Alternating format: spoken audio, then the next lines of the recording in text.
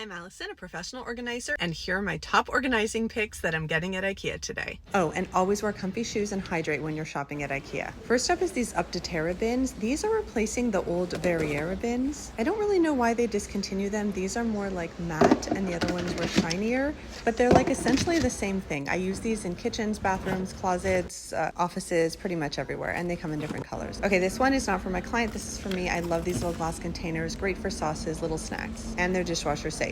Risatorp baskets are another favorite of mine. I love using them in pantries. They're so pretty. They're also a great size, and I love the handle. Another staple for kitchen organization. Okay, this is the Glss kind of divided box. I use these in offices. I use these to organize batteries.